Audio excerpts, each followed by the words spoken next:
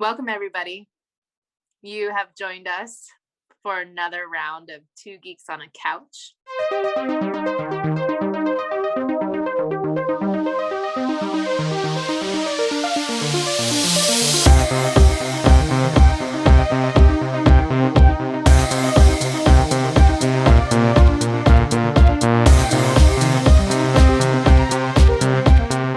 My name is Friedel. I'm Edward.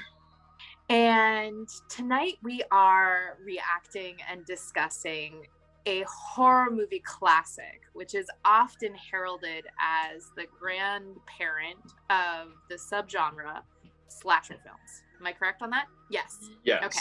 So it wasn't the first, but it set the tone that lasted for a very long time. Okay. All right. Good to know. We are watching Halloween from 1974? 8? 2? Why don't I know this? Hold, please. We're terrible horror. 1978. 78. Yes. John Carpenter's Halloween from 1978. I'm feeling good about it. Yeah, are you? You were a little apprehensive about this movie initially. Today I figured out that one of the ways that I'm going to start dealing with my anticipatory anxiety is I'm just going to do academic research about the films that we're watching. That works. So today I discovered for the first time that there's an entire trope around slasher films called the final girl. And yes. I'm interested around this feminist critique, especially because it's one when both Deborah Hill, Deborah Hill, who was the person who wrote Laurie's character. Is that her name? Yes, Laurie Strode. Yes. She wrote all of the female characters in Halloween and was also responsible for writing all of their dialogue as well. I didn't know that. Yeah. And so when Jamie Lee Curtis was actually confronted with these questions around whether she believed her character in the original Halloween film that played into the final girl trope, she was a big no, as was Deborah Hill. Deborah Hill actually claimed to be an avid feminist.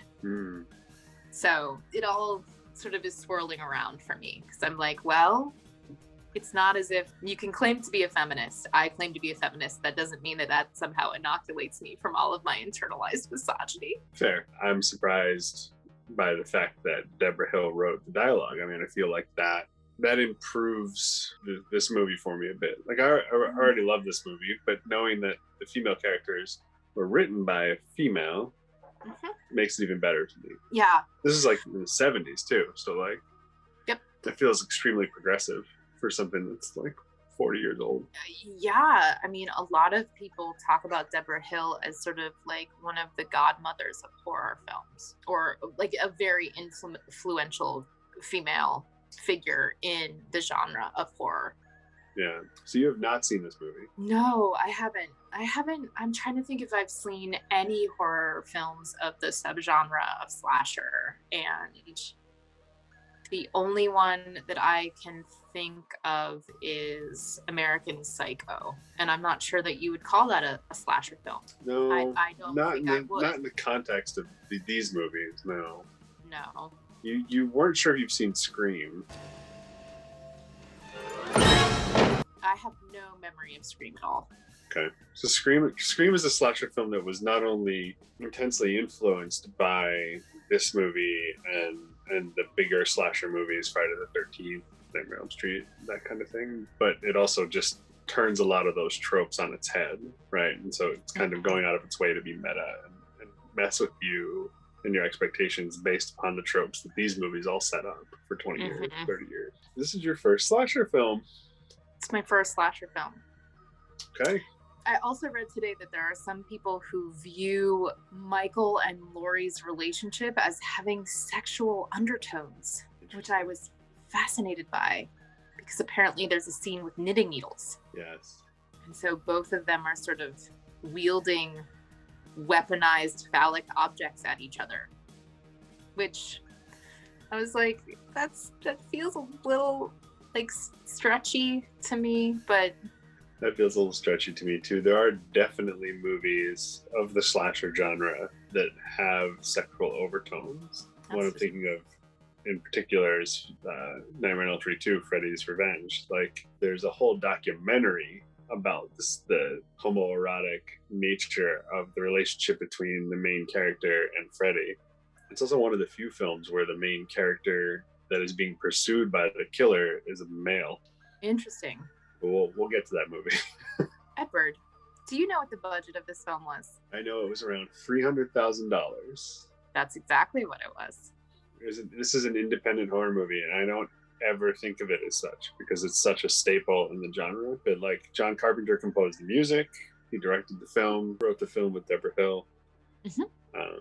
This was as I understand it, a labor of love project for them. Did you know that the original script was called The Babysitter Murders, and it took place over the span of several days and nights? But because of the budget, they consolidated it to take place during one day and one night, and decided that Halloween was the perfect day and night to do that on because it's the creepiest day of the year, which I think makes it better because it's so hyper focused, and the theme of Halloween plays into why I think the events are able to sort of transpire as they do, which you'll see as we watch the movie. Oh, interesting, because you view Halloween as sort of a liminal holiday. Well, as you know, the character's masked, right?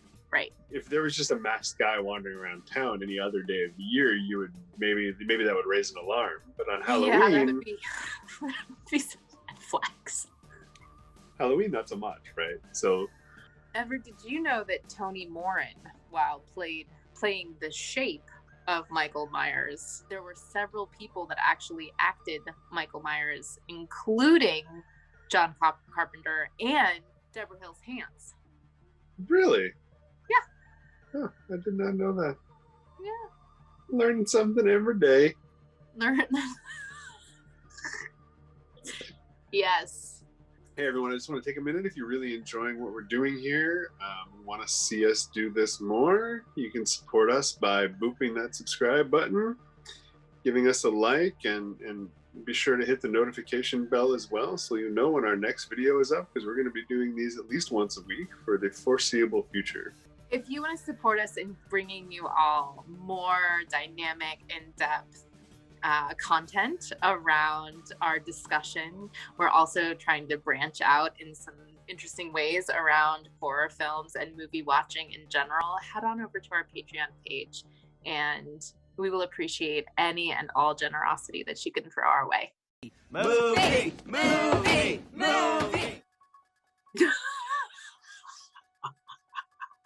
Sorry, the closed captioning just said dark foreboding music. Actually, the setting of this film is the town that she was born in. Really? Dark, ominous pumpkin. Remember when your parents not being home until 10 p.m. felt late? Yeah. Remember when you could go out until 10 p.m.? There was something to do. Did you just see the knife get picked up? But yes, who turns on the light when they're before they're about to kill somebody? Gotta see what you're getting out of the kitchen drawer.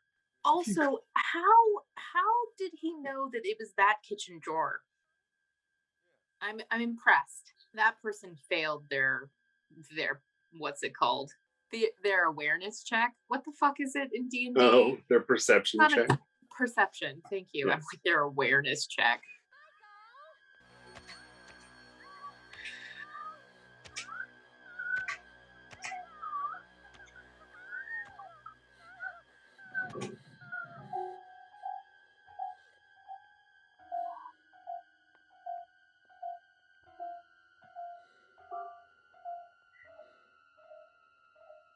What?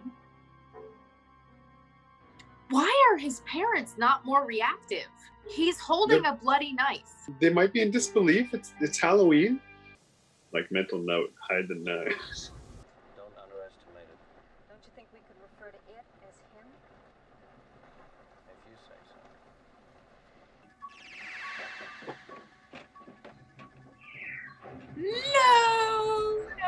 No. No. Choices. People make choices. I'm starting to wonder if that was their first rodeo.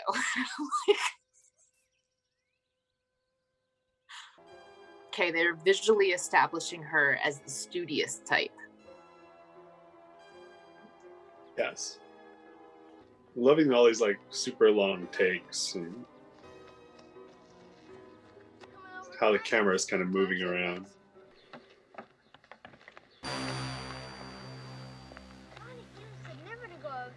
So one of the things that I've sort of been thinking about through the very minimal research that I did of this film without actually like delving into spoilers or anything. I know you've talked about this idea that Michael Myers' character is referred to as the shape, right? Yes. He's wearing a mask. I don't know if we ever see his face as an adult. We only see his face as a little boy, right? Like if he's always wearing the mask, etc.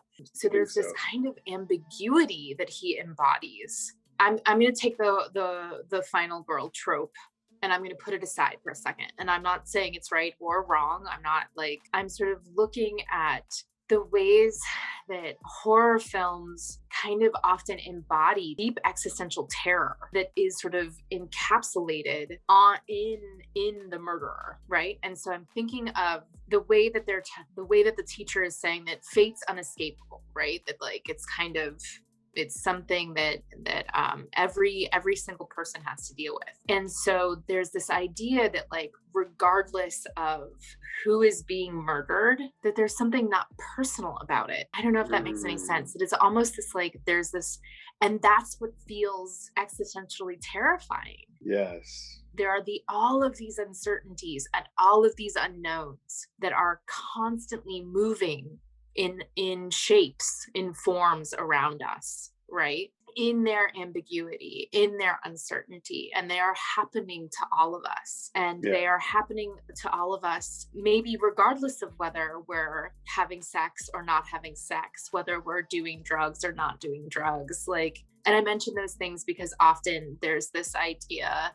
that one of the reasons that Laurie survives is because of her virginity, right? And that there's this idea that the filmmakers are making some sort of moral statement where the thing is that John Carpenter and Deborah Hill said over and over and over again, like, no, there was any moral glorification of her virginity as a shield. We weren't trying to make any commentary. We were trying to say, like, there's gonna be like teens are going to like be teenagers, and some teenagers are going to have sex and some teenagers aren't going to have sex. They're not paying attention to their surrounding. They're failing their perception check because they are getting it on and horny. Yeah, totally. So I'm not sure that I worded that I wanted in terms of exploring the parallels between sort of the ambiguity of character or the murdering character. What do we call those people? The killers? We call them the stabby? The killers? I should have had some coffee before this. I'm so sorry. So yeah, I'm not sure I did a great job of sort of explaining this idea of that happens to all of us and that we can't really escape it. Although I like to believe we live in a free will universe, but it's interesting because out of the four major horror movie iconic killers, right? So you have Freddy, Jason, Michael Myers, Leatherface. Michael Myers is the most random, and that speaks a lot to what the teacher was saying and what you were saying about fate. It's not personal a lot of the time, right? Like, I was just thinking just now as she approached that door, had she not done that, she wouldn't have ever ended up on his radar, right? Like, it is entirely, in the case of Michael Myers, more random and more about fate than in the case of the other three, where the other three have reasons for why they're doing what they're doing. We haven't watched those other movies, but loosely, Leatherface is a psychotic cannibal. That's Texas Chainsaw. Oh, fun. Jason from Friday the 13th is getting revenge on camp counselors that put him in the situation that he's in. Trying not to spoil anything. in case we ever get around to those. And Freddy is targeting the children or the relatives of the parents that killed him, which is just sit with that. I don't even know if that comes up in the first. I think it does come up in the first movie. There's a lot of exposition that gets added also as the like sequels and prequels and prequels and all these movies come out, right? But the gist of it is that like out of the four, Michael has the sort of least reasoning for what he's doing. The least amount of reasoning for what he's doing. He's just killing indiscriminately. Boogeyman, who's the boogeyman? The boogeyman, the boogeyman, the boogeyman, the boogeyman. Kids are awful. Drag me into the boys' locker room. Exploring uncharted territory. Totally charted. Just talk. Sure. Old Jerko got caught throwing eggs and soaking. Hey, jerk!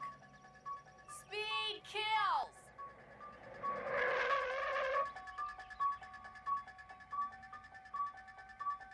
I don't think he has a sense of humor. Subtle, isn't he? Why? Hey, creep. Scared another one away. It's tragic. Wow! You must have a small fortune stashed from babysitting so much. Now you're seeing men behind bushes. That's like some straight up gaslighting sweet shit right home. there. He just became like 10% more avuncular. 10% more what? Avuncular? I don't know that word. Oh, like a trusted uncle. Um, Did you know that John Carpenter wrote the score in 4 days? really? Trick or treat! Trick or treat! Pretty impressive considering how iconic it is. Open window. And he excused himself from the table.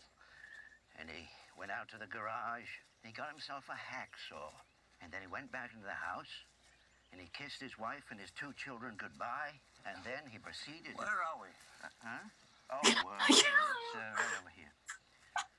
Why do they do it? Goddamn kids. They'd do anything for Halloween. Whose grave is it? Oh, I know. She's doing drugs. Mr. Riddle was watching you, Laurie. Mr. Riddle is 87. Ah, they're listening to Don't Fear the Reaper by Blue Oyster What's the Cult. pumpkin for? Took with some Halloween mask, rope, and a couple of knives. Who do you think it was? Seems legit. Growing up with a cynical father. Look behind you. Situational irony. It's kind of funny if you think, because the music plays whenever you see Michael driving around in the car. If you think that that's the music he's listening to, it's kind of hilarious. Ah, that is funny. Apparently, John Carpenter was really inspired by the music in Suspiria. Oh, yeah, that makes a lot of sense. Goblin. And tubular bells that were in The Exorcist. Problematic dehumanization. Well, it's a constant thing with this character. Like, even just referring to him as the Shade. Like, I think the point is to not so much like dehumanize this character as it is to create a force of evil. Right. There's no humanity. Oh shit. Lindsay, get this dog out of the kitchen right now. I hate that dog. I'm the only person in the world he doesn't like. Every time I tell you something, everybody else knows about it. Please tell me you didn't. Oh, I'm so embarrassed. I couldn't even face him. Outside. Laurie's out there. Hold on. Laurie, the boogeyman is outside. Look.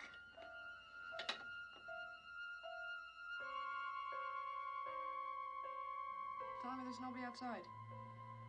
Go watch TV. Again, failing the perception check.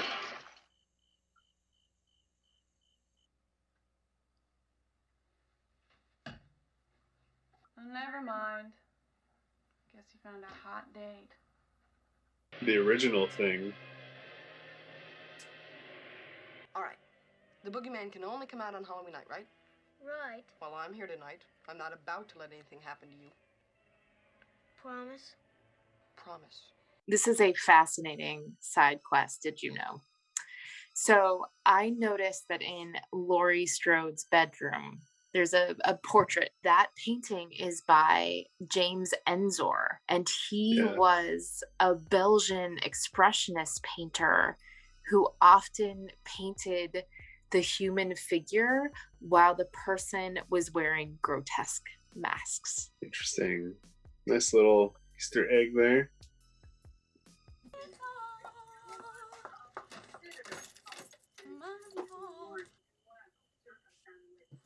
What the fuck?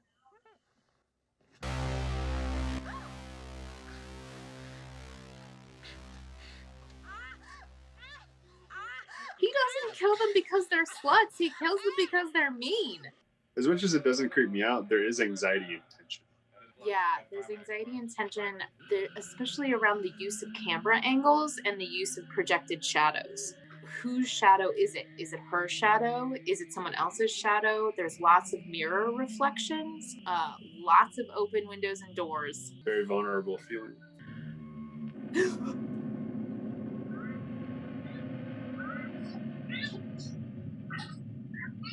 I watched him for 15 years, sitting in a room, staring at a wall, not seeing Lindsay the and wall, Tommy looking at this on the night couch. in human mutation.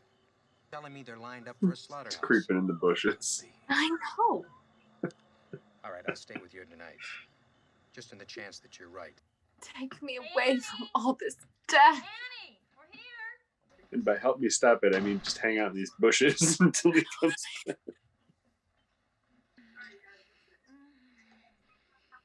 Aww.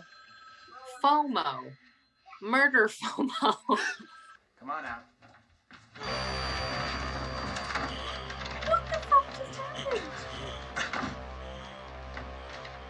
happened? They finished. Now they're smoking.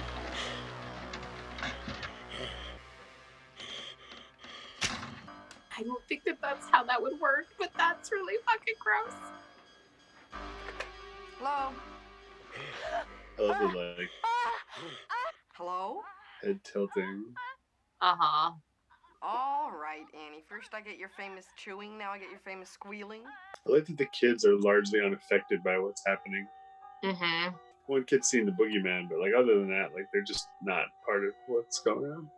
Yeah, they're just kids.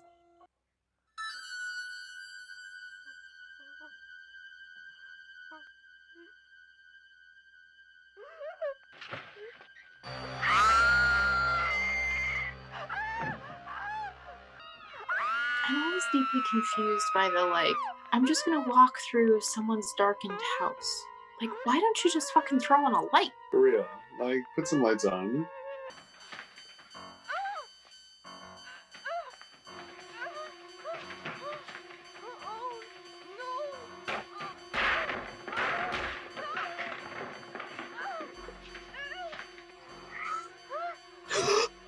Oh, fuck.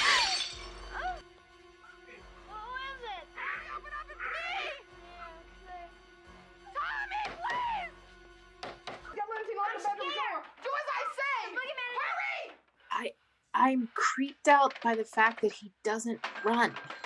He's just Yes. He just stopped. Yeah. He's just walking. He's in no hurry at all.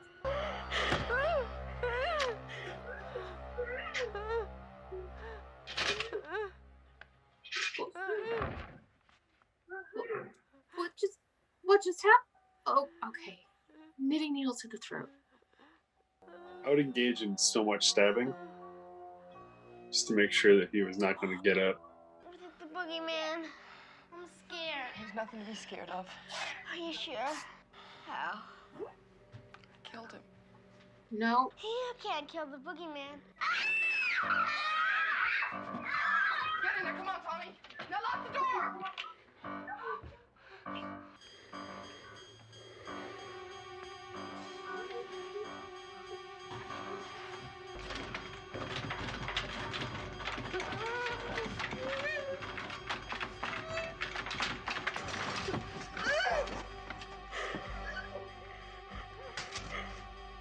Stab him! Oh, God. Okay. I would stab more. Unlock the like a door. lot more. Don't unlock the door. Come here. Just listen to me. She clearly has not read the double tap rule. This may be why that rule exists. Okay, so at this point, I'm just like, why is he not dead yet? He's a force of evil. He's like, they allude to him not being human. This is also where this cliche comes from, right? Like, Which one? the one where they don't die. Like, they just keep coming back. Like the killers in the horror movies in general. Ah.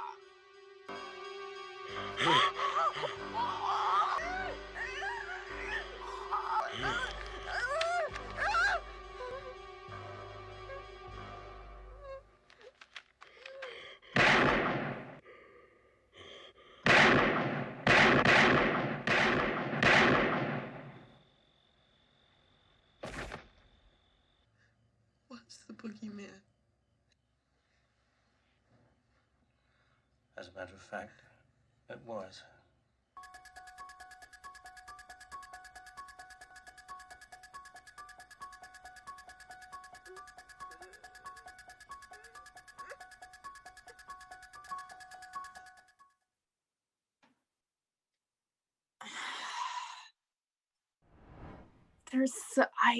There's something about his sudden immortality that I'm just like, no. That sort of tosses it for you.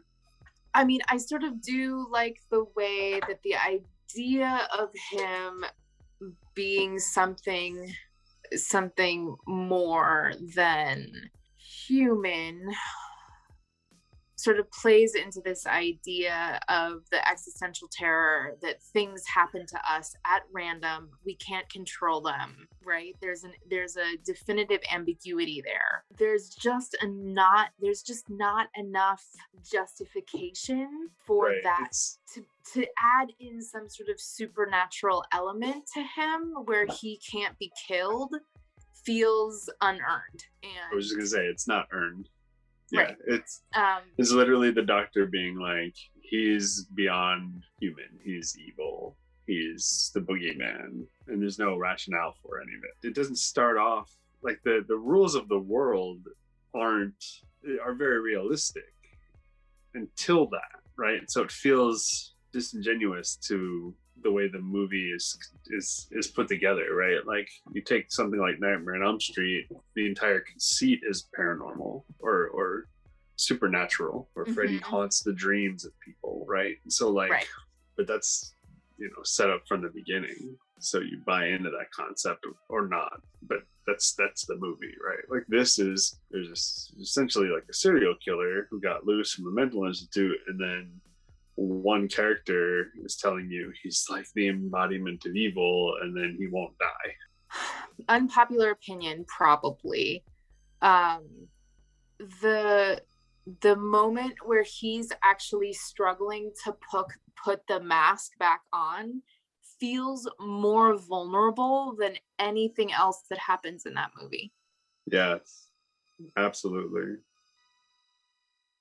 Besides the terror of the children, and they're kids, and that, I mean, they don't have to act that very well, and I would say that it's not well acted, but like him trying to put the mask back on. Yeah, it was like he was like really insecure and terrified about that. Yeah. Yes. Was clinging to that persona. Yes. And in that moment, for me, it undoes all of the attempts throughout the film to make him into something other than a human being. That's what I was trying to get at there. It's like it's out of step with the rest of what they're trying to build up about the mythology around him, and even just what his doctor is saying, right? Like, his doctor said he just sat there emotionless. I just saw emotion. Yes. Yeah.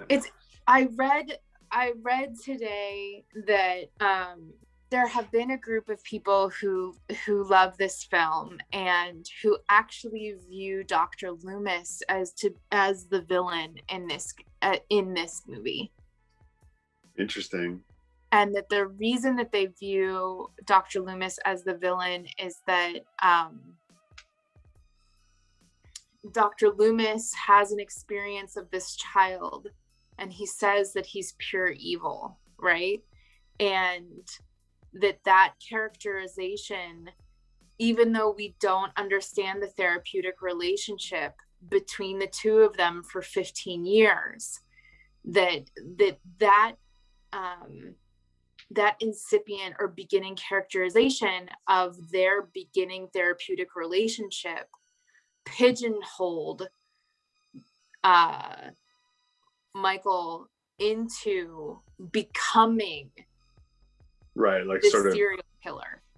I do have a question for you though. So the hype, right? Like you came into this movie kind of hyped. It's pitched as, you know, one of the movies that sort of like started the entire slasher genre, especially as it exists or has existed largely for the past 30, 40 years. Did that affect your enjoyment of it at all? That's a great question. I think the honest answer is I can't really know. I don't think so. My intuitive sense of that is no. I think what's happening is that like I just didn't find this as compelling as some of the other films that we've watched. And I think that has in part to do with I didn't like the characterization of the human beings that were being dealt with. I wasn't particularly compelled or like engaged in the dialogue. Even the depiction of like adolescent horniness, I found kind of like nothing felt very dimensional to me, right? It's all very shallow. And so it's hard for me to even feel a sense of fear in the lack of dimension. The things that I found the most frightening were actually like, you don't talk, you don't run, I can't see your face. Again, ambiguity of him. And like, if I continue to think about the killer's character as sort of being coded as existential uncertainty and sort of the vicissitudes of life that are coming for all of us, or just how about the personification of death, which is a real easy leap. It's not even a leap. It feels like a hopscotch square. Okay, before we boop on over. So taking into consideration that this movie didn't land with me all that well this evening, right? Like I just wasn't as along for the ride as I have been in the past. I'm gonna take it down a couple of notches, I think. But given its classic legendary status, I mean, it's not just a throwaway film by any means, right? No. So I think that's got me trying to balance these two opposing feelings, right? Like I'm coming in, I reserve the right to edit this at any time. I'm coming in at a 7.6. Look, if we're adding points to like the iconic mythic nature of like legendary status for the blah blah blah, I'm not saying you're wrong. That is not an accusation. I'm just saying that if that's what we're doing here, then I can only give this movie a 7.